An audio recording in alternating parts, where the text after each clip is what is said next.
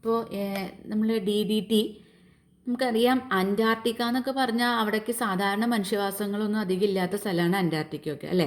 അപ്പോൾ അവിടുത്തെ പെൻഗ്വിൻസിന് നമ്മളല്ല, സയൻറ്റിസ്റ്റുകളൊക്കെ അതൊക്കെ ജസ്റ്റ് അവരിനൊക്കെ അണ്ടർസ്റ്റാൻഡ് ചെയ്തപ്പോൾ അവരുടെ ബോഡിയിൽ വരെ പെർസിസ്റ്റൻ്റ് ആയിട്ടുള്ള പെസ്റ്റിസൈഡ്സിൻ്റെ എമൗണ്ട് കണ്ടെത്തി എന്നുള്ളതാണ്, അന്റാർട്ടിക്കയിൽ വരെ.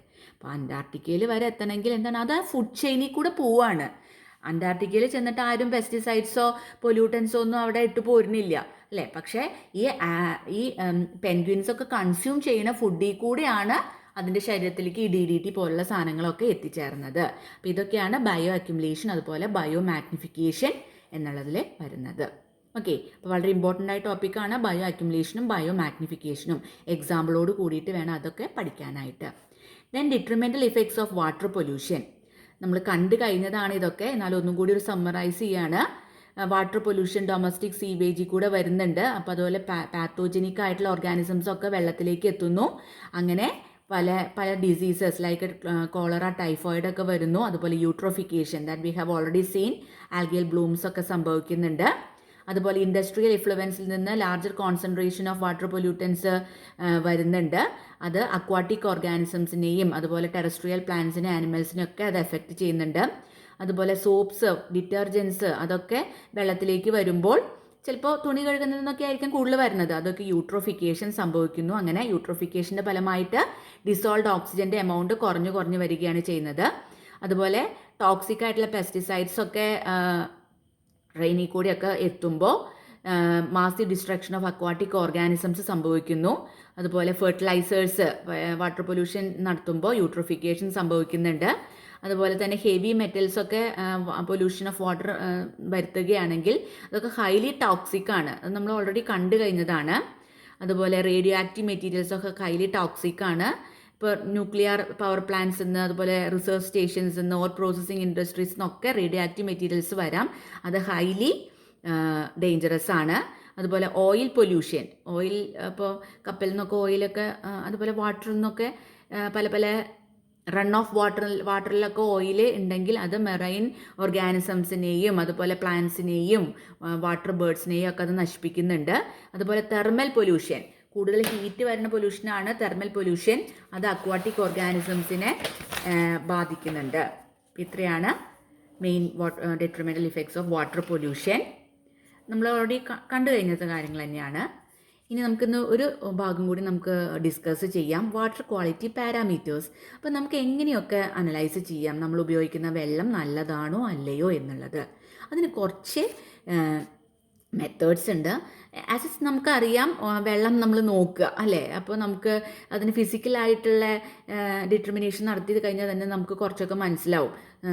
അതായത് ടെർബിഡിറ്റി ഉണ്ടോ, അല്ലെങ്കിൽ ഫൗൾ സ്മെല്ല് ഉണ്ടോ, മണത്ത് നോക്കി അറിയാം. അപ്പോൾ അങ്ങനെ നമുക്ക് നേരിട്ട് കുറച്ച് മെത്തേഡ്സൊക്കെ ഉപയോഗിക്കാം, മാനുവലായിട്ടുള്ള മെത്തേഡ്സൊക്കെ ഉപയോഗിക്കാം. അതുപോലെ തന്നെ അതിൻ്റെ ക്യാരക്ടറിസ്റ്റിക്കിന്, കളറിനോ ടേസ്റ്റ് വ്യത്യാസം ഉണ്ടോ, ടെർബിഡിറ്റി ഉണ്ടോ, അതിൻ്റെ pHന് വ്യത്യാസം ഉണ്ടോ, സലൈനിറ്റി ഉണ്ടോ, ഇലക്ട്രിക്കൽ കണ്ടക്ടിവിറ്റി ഉണ്ടോ എന്നൊക്കെ നമുക്ക് ടെസ്റ്റ് ചെയ്യാനായിട്ട് സാധിക്കും. അപ്പോൾ 3 കോമൺ പാരാമീറ്റേഴ്സ് ആണ് സാധാരണ വാട്ടർ ക്വാളിറ്റീനെ അനലൈസ് ചെയ്യാനായിട്ട് നമ്മൾ ഉപയോഗിക്കുന്നത്. അതിൽ ഫസ്റ്റ് വൺ ആണ് dissolved oxygen, second one is biochemical oxygen demand and third one is chemical oxygen demand. So first one is dissolved oxygen or DO, second one is biochemical oxygen demand or BOD, and the third one is chemical oxygen demand or COD. ഇത് മൂന്നും വളരെ important ആണ്, എക്സാംസിന് frequent ആയിട്ട് ചോദിക്കണ മാറ്ററാണ്. Okay, അപ്പോൾ ശ്രദ്ധിച്ച് തന്നെ പഠിക്കണം. അപ്പോൾ എന്താണ് ഡിസോൾവ്ഡ് ഓക്സിജൻ? അതായത് നമ്മൾ പറഞ്ഞു വെള്ളത്തിലെ ഡിസോൾവ്ഡ് ഓക്സിജൻ ആണ് അതിലത്തെ അക്വാട്ടിക് ഓർഗാനിസംസിനും പ്ലാന്റ്സിനും ഒക്കെ ആവശ്യമുണ്ട്, അല്ലേ? അപ്പോൾ ഡിസോൾവ്ഡ് ഓക്സിജൻ വളരെ ഇമ്പോർട്ടൻ്റ് ആണ്. അത് നമുക്ക് എങ്ങനെയൊക്കെ ഡിറ്റർമൈൻ ചെയ്യാം? അപ്പോൾ ഡിസോൾവ്ഡ് ഓക്സിജനിൽ കൂടെ നമുക്ക് ശരിക്കും പറഞ്ഞാൽ മനസ്സിലാവുന്നത് വാട്ടറിൻ്റെ പ്യൂരിറ്റീനെ കുറിച്ചിട്ടും അതുപോലെ എത്രമാത്രം വാട്ടർ പൊല്യൂട്ടഡ് ആയിട്ടുണ്ട് എന്നുള്ളതിനെ കുറിച്ചിട്ടുമാണ് നമുക്കൊരു ഐഡിയ കിട്ടുന്നത്. അപ്പോൾ 2 important parameters that we can analyse from the dissolved oxygen is one is the water purity, how much pure is the water sample, and the second one is how much polluted the water sample is. So the extent of pollution we can analyze from it. Okay, ഇനി dissolved oxygen എന്ന് പറഞ്ഞാൽ എന്താണ്? So എത്രമാത്രം oxygen ആണ് നമ്മുടെ സാമ്പിളിലെ water സാമ്പിളിൽ present ആയിട്ടുള്ളത്? 1 litre വെള്ളം എടുത്താൽ അതിൽ എത്രമാത്രം ഓക്സിജൻ പ്രസൻ്റ് ആണ് ഇൻ ടേംസ് ഓഫ് മില്ലിഗ്രാംസ്? അതാണ് ഡിസോൾഡ് ഓക്സിജൻ. അപ്പോൾ കണ്ടാമിനേഷൻ കൂടിക്കഴിഞ്ഞാൽ എന്ത് സംഭവിക്കുന്നു? ഡിസോൾഡ് ഓക്സിജൻ്റെ എമൗണ്ട് കുറയുകയാണ് ചെയ്യുന്നത്. അപ്പോൾ dissolved oxygen or DO is expressed as the weight of oxygen in milligrams present per litre of water or as parts per million PPM. PPMൽ അല്ലെങ്കിൽ 1 ലിറ്റർ വെള്ളത്തിൽ എത്രമാത്രം ഓക്സിജൻ മില്ലിഗ്രാംസിൽ പ്രസൻ്റ് ആയിട്ടുള്ളതാണ്. അപ്പോൾ സാധാരണഗതിയിൽ ഒരു നല്ല വാട്ടർ സാമ്പിൾ ആണെങ്കിൽ അതിൽ dissolved oxygen will be about 4 to 6 milligram per litre. അതാണ് ഹെൽത്തി അക്വാട്ടിക് ലൈഫിനെ എൻഷുർ ചെയ്യുന്ന ഒപ്റ്റിമം ഡിസോൾഡ് ഓക്സിജൻ ലെവൽ എന്ന് പറയുന്നത്. പിന്നെ നമുക്കറിയാം ഇപ്പോൾ ഓക്സിജൻ ഡിമാൻഡിങ് ആയിട്ടുള്ള സബ്സ്റ്റൻസ് ഉണ്ട്, അതായത് ഓർഗാനിക് മാറ്റർ, റെഡ്യൂസിങ് ഏജൻസ്, അതൊക്കെ വെള്ളത്തിലുണ്ടായിരിക്കും.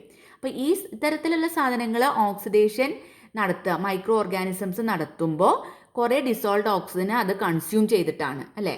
അപ്പോൾ വെള്ളത്തിൽ ഓർഗാനിക് മാറ്റർ, റെഡ്യൂസിങ് ഏജൻസ് ഒക്കെ ഉണ്ട്. അപ്പോൾ അതിൻ്റെയൊക്കെ ഓക്സിഡേഷൻ നടത്താനായിട്ട് മൈക്രോ ഓർഗാനിസംസ് ഈ ഡിസോൾഡ് ഓക്സിജനെ ഉപയോഗിക്കുന്നുണ്ട്. അപ്പോൾ വെള്ളത്തിലത്തെ ഡിസോൾഡ് ഓക്സിജൻ്റെ ലെവല് fall ചെയ്യും. But when the level of this dissolved oxygen falls below the minimum critical value required to ensure healthy aquatic life, it indicates pollution of water. അപ്പോൾ കൂടുതലായിട്ട് organic മാറ്ററും reducing ഏജൻസും ഒക്കെ വെള്ളത്തിൽ ഉണ്ടാവുകയാണെങ്കിലാണ് കൂടുതൽ dissolved oxygen ഉപയോഗിച്ച് micro organisms ഇതിനെയൊക്കെ oxidation നടത്തുക. Okay, അപ്പോൾ വെള്ളത്തിൽ ഡിസോൾഡ് ഓക്സിജൻ കുറവാണെങ്കിൽ എന്താണ് അതിൻ്റെ അർത്ഥം? കൂടുതൽ ഓർഗാനിക് മാറ്ററും റെഡ്യൂസിങ് ഏജൻസും ഒക്കെ നമ്മൾ വെള്ളത്തിലുണ്ട്, അതായത് കൂടുതൽ കണ്ടാമിനേറ്റഡ് ആണ് നമ്മുടെ വാട്ടർ എന്നാണ് നമ്മളതിൽ കൺക്ലൂഷനായിട്ട് എത്തിച്ചേരേണ്ടത്. അതുപോലെ ഡിസോൾഡ് ഓക്സിജൻ നമുക്ക് അയോഡോമെട്രിക്കലി ഡിറ്റർമൈൻ ചെയ്യാനായിട്ട് സാധിക്കും. അതായത് ഡിസോൾഡ് ഓക്സിജൻ ഉണ്ടെങ്കിൽ അത് പൊട്ടാസ്യം അയഡൈഡ് ആയിട്ട് ട്രീറ്റ് ചെയ്യുക. അപ്പോൾ അതിന് അയഡിൻ ലിബറേറ്റഡ് ആവും. അപ്പോൾ ആ ലിബറേറ്റഡ് അയഡിൻ നമ്മൾ സോഡിയം തയോസൾഫേറ്റ് വെച്ചിട്ട് ടൈട്രേറ്റ് ചെയ്യുകയാണ് ചെയ്യുന്നത്. അതാണ് സാധാരണ അയോഡോമെട്രിക്കലി യൂസ് ചെയ്യുന്നത്. ഇതാണ് ഡിസോൾഡ് ഓക്സിജൻ പൊട്ടാസ്യം അയഡൈഡ് ആയിട്ട് ടൈട്രേറ്റ് ചെയ്യുക. അപ്പോൾ dissolved oxygen is allowed to react with potassium iodide. ഇങ്ങനെ റിയാക്ട് ചെയ്യിക്കുക. അപ്പോൾ അതിൽ നിന്ന് എന്ത് ലിബറേറ്റ് ചെയ്യും? അയഡിൻ ലിബറേറ്റ് ചെയ്യും. അപ്പോൾ അയഡിൻ ലിബറേറ്റ് ചെയ്ത് കഴിഞ്ഞാൽ അത് സോഡിയം തയോസൾഫേറ്റ് വെച്ചിട്ട് നമുക്ക് ടൈട്രേറ്റ് ചെയ്തിട്ട് സോഡിയം തയോസൾഫേറ്റ് വെച്ചിട്ട് ടൈട്രേറ്റ് ചെയ്തിട്ട് നമുക്ക് എത്രമാത്രം ഡിസോൾഡ് ഓക്സിജൻ എന്താണ് കണ്ടുപിടിക്കാനായിട്ട് സാധിക്കും. അതുപോലെ ഇപ്പോൾ Mn2+ വെച്ചിട്ട് നമ്മൾ ഡിസോൾഡ് ഓക്സിജൻ ട്രീറ്റ് ചെയ്യുകയാണെങ്കിൽ MnO2 ആയിട്ട് അത് പ്രിസിപ്പിറ്റേറ്റ് ചെയ്യും. അങ്ങനെ നമുക്ക് MnO2നെ നമുക്ക് അയോഡോമെട്രിക്കലി ആസിഡ് മീഡിയത്തിൽ വെച്ചിട്ട് എസ്റ്റിമേറ്റ് ചെയ്യാനും സാധിക്കും. അപ്പോൾ 2 മെത്തേഡ്സ് ഉണ്ട് ഡിസോൾഡ് ഓക്സിജൻ ഡിറ്റർമിൻ ചെയ്യാനായിട്ട്. ഇതൊക്കെ ഓൾമോസ്റ്റ് നമ്മൾ പണ്ട് കണ്ടുള്ള മെത്തേഡ്സ് ആണ്. കഴിഞ്ഞ വർഷമൊക്കെ നമ്മൾ ലാബിൽ ജസ്റ്റ് ഡിസ്കസ് ചെയ്തിട്ടുള്ളതാണ്. ഇതൊക്കെ ചെയ്തിട്ടില്ല, നിങ്ങൾക്ക് ചെയ്യാണ്ടായിരുന്നില്ല, പക്ഷെ നമുക്ക് ഡിസ്കസ് ചെയ്തിട്ടുള്ളതാണ് ഓൾറെഡി. ദെൻ നെക്സ്റ്റ് വരുന്നത് ബയോകെമിക്കൽ ഓക്സിജൻ ഡിമാൻഡ്.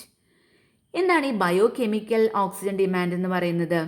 അതായത് biochemical oxygen demand of a sample of water is the amount of dissolved oxygen used up by suitable aquatic microorganisms for the oxidation of organic matter present in a well aerated sample of water incubated for a period of 5 days at 20 degrees Celsius. അതായത് organic മാറ്ററിനെ നമ്മൾ എന്താക്കി convert ചെയ്യണം? Simple inorganic molecules ആയിട്ട് convert ചെയ്യും. നമ്മളല്ല, aquatic micro organisms using this dissolved oxygen. But dissolved oxygen, so the amount of this dissolved oxygen consumed by these microorganisms, it is also a measure of the quantity of the organic matter present. അല്ലേ? അപ്പോൾ നമ്മൾ ഈ മെത്തേഡിൽ അപ്പോൾ dissolved oxygen എത്രമാത്രം use ചെയ്തു എന്ന് കണ്ടുപിടിക്കുന്നത് എത്രമാത്രം കണ്ടാമിനേറ്റഡ് ആണ് നമ്മുടെ വാട്ടർ എന്നുള്ളതിൻ്റെ ഒരു ഇൻഡിക്കേഷനാണ്. അപ്പോൾ ഇവിടെ നമ്മൾ ചെയ്യുന്നത് എന്താണെന്ന് വെച്ചാൽ ഡിസോൾഡ് ഓക്സിജൻ മനസ്സിലാക്കാൻ വേണ്ടിയിട്ടുള്ള ഒരു ബയോകെമിക്കൽ മെത്തേഡാണ്. അതായത് വാട്ടർ സാമ്പിൾ എടുക്കുക, എന്നിട്ട് അതിനെ 5 ദിവസം ഇൻക്യുബേറ്റ് ചെയ്യുക. വെൽ എയറേറ്റഡ് ആയിട്ടുള്ള സാമ്പിൾ എടുത്തിട്ട് അതിനെ 5 ദിവസം ഇൻക്യുബേറ്റ് ചെയ്യുക 20 ഡിഗ്രി സെൽഷ്യസിൽ. 5 ദിവസം ഇൻക്യുബേറ്റ് ചെയ്തതും 5 ദിവസം ഇൻക്യുബേറ്റ് ചെയ്യാത്തതും തമ്മിൽ ഉള്ള വ്യത്യാസമാണ് നമ്മുടെ BOD എന്ന് പറയുന്നത്. അപ്പോൾ ഇത് നമ്മൾ ചെയ്യണം.